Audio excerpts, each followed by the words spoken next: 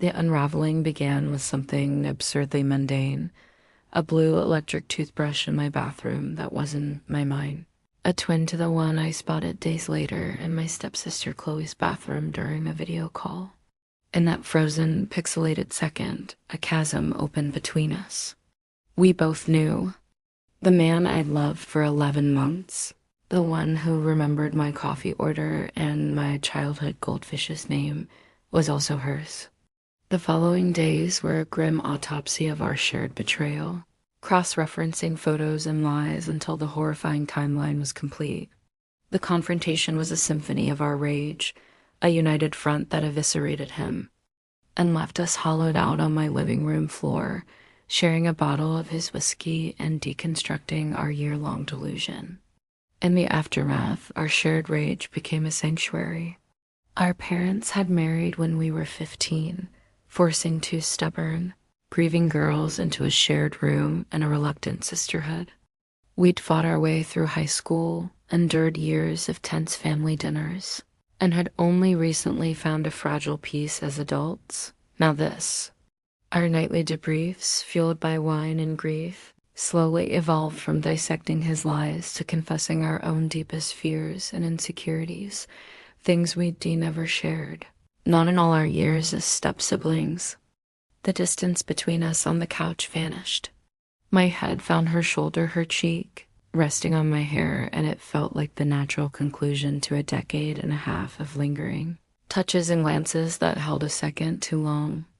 Then came the night of the almost kiss, with rain drumming against the windows, our faces a breath apart, a silent question hanging in the air that was shattered by a blaring car alarm.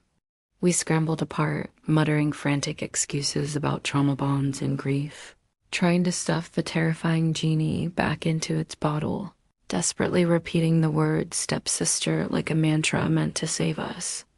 We tried to be normal step-siblings again, to go back to the careful, polite detente we'd mastered for our parents' sake. But the strain was palpable. The easiness was gone, replaced by a charged, careful distance. Then he texted her a long, sorry message full of empty words, and it reignited my fury, now laced with a fierce, possessive jealousy. He was trying to touch what was ours. I called her, my voice trembling, and told him he didn't get to have her. He didn't get to have us. That word hung in the air, fragile and world-shattering. When I went to her, we stood in her kitchen, the charged silence swallowing us whole. Our parents, she started, her voice breaking.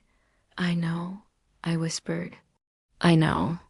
She looked at me, a tear tracing her cheek. I don't know what this is, she confessed, but it's the most real thing I've felt in a year. This time, when we leaned in, there was no alarm to stop us. The kiss was a desperate collision of grief, rage, and a terrifying, undeniable connection that had been simmering beneath a decade and a half of forced family photos and shared bathrooms. Now I lie in her bed, watching her sleep in the morning light, my stepsister and my lover. The guilt washes over me in cold waves.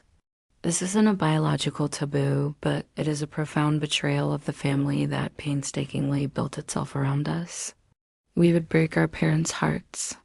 But then she stirs, her eyes opening to meet mine, and a slow, intimate smile spreads across her face, just for me.